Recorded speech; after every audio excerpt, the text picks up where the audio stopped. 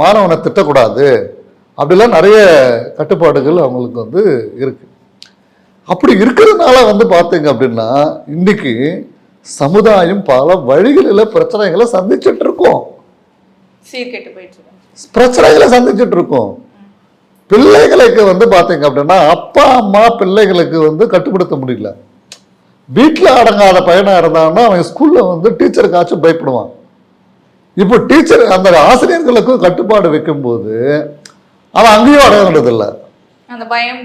அந்த பயம்ன்றது எங்கேயும் கிடைக்கிறது இல்லை.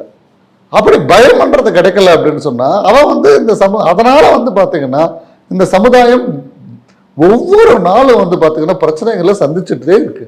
ஆசிரியர்களை வந்து சுதந்திரமா விடணும். ஆசிரியர்களை வந்து சுதந்திரமா விடலை அப்படின்னு சொன்னா மாணவன் வந்து சுதந்திரமா இருந்தான்னா எப்படி அவன் வந்து அடுத்த சந்ததியரை வந்து எப்படி அவன் வந்து இது பண்ணிட்டு இருப்பான்?